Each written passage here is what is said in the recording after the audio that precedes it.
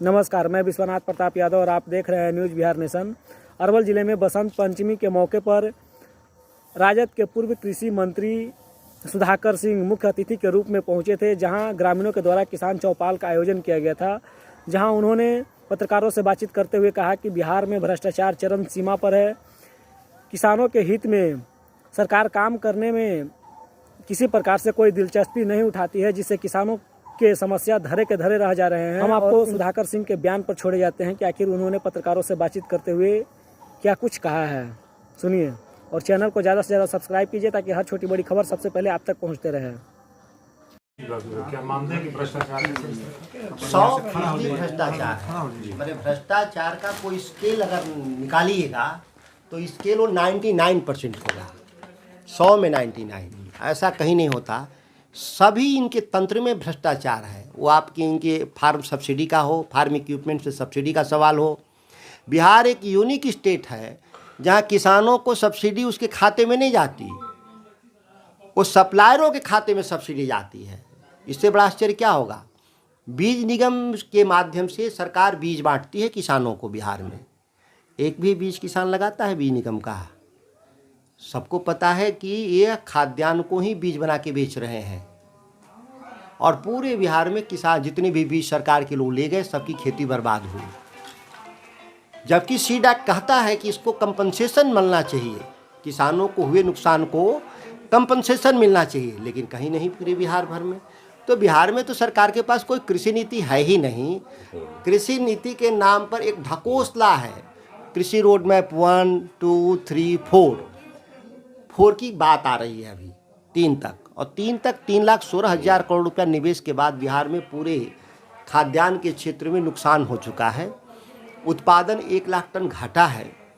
आमदनी किसानों की घटी है। पंजाब के मुकाबले बिहार के किसानों की आमदनी 600% कम है, 6 गुना कम है। पंजाब के किसानों की आमदनी 19,000 साढ़े 19,000 रुपया प्रति माह है। बिहार के किसानों का 4,000 से नीचे 3700-3800 है। तो आप इससे जाहिर है कि बिहार के पास कोई रोड मैप नहीं है। सिवा जितने रोड मैप बनते हैं वो उसमें किस तरीके से किसानों के नाम पे पैसे निकाल करके अधिकारी अपने और नेता उसमें जेब अपना भरने, इसी के लिए रोड मैप बनता है। अन्यथा रोड मैप का कोई औचित्य नहीं। सीएम साहब जो बयानबाजी कर रहे हैं पूरे बिहार में, जो खलबली मची हुई है कि पार्टी उन पर कोई कार्रवाई करे आपकी तरफ से? पार्टी इस पूरे मसले को देख रही है।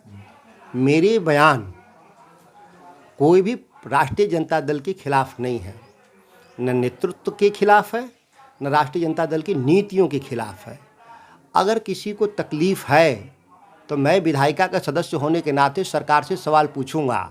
ये मेरी प्राइमरी ड्यूटी है। मैं इस ड्यूटी से मुकर नहीं सकता। अन्यथा चुनावी राजनीति में रहने का कोई औचित्य नहीं है जब मैं सरकार से सवाल नहीं करूंगा। ये तो विधानसभा बना ही है, इसीलिए हम ही क्यों अकेला थोड़ा ना सवाल करते। सत्ता पक्ष के लोग भी सवाल करते हैं, विपक्ष के लोग भी करते हैं, उसकी ड्यूटी है। 17 सालों के बाद भी बिहार में उनको दिखाने के लिए कुछ भी नहीं है किसानों के पक्ष में। हो सकते हैं कुछ पटना का विकास हुआ हो, नालंदा का विकास हुआ हो, तो आप बिहार के मुख्यमंत्री हैं, आप पटना और नालंदा के मुख्यमंत्री नहीं हैं। कुछ सड़कें बनी होंगी, कुछ पुलें बनी होंगी, कुछ हाईवे बने होंगे। तो ये जो पटना और नालंदा का जो विकास है, तो हो सकता है आप मेंबर ऑफ पार्लियामेंट के रूप में अगर लड़ते हैं तो आपके लिए उपलब्धि मानी जाएगी। लेकिन पूरे राज्य के लिए तो उपलब्धि, तो जब तक बिहार का किसान खुश नहीं है, 80% आबादी खुश नहीं है, किसान, कामगार, कारीगर, किस क्षेत्र में इनका विकास है जो दिखता हो, कहीं एक क्षेत्र ऐसा हो जो दिखा दे। तो हमने कहा भी था सरकार में, मैं मंत्री रहते हुए अपने अधिकारियों को, कि सबसे बेस्ट मॉडल दिखाइए जो आपने बिहार को डेवलप किया है, खेती को, बागवानी को, डेयरी को, कोई भी तो दिखाइए मुझे जो लगे कि नहीं यह एग्जाम्पल है, इस राज्य के भीतर बदलाव आया है।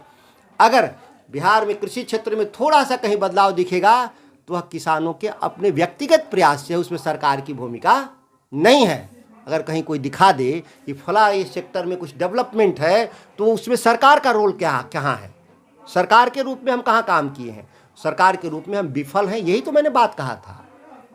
सर पार्टी जारी की है आपके लिए? वो पार्टी का आंतरिक मसला है, और उस मसले में उन लोगों ने पार्टी की तरफ से जो बयान दिए हैं वो लोग वही काफ़ी है।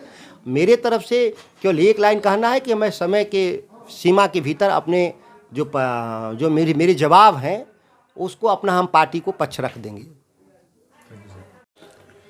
राजनीति पर प्रभाव के लिए किसानों का मुद्दा मैं नहीं उठा रहा हूँ।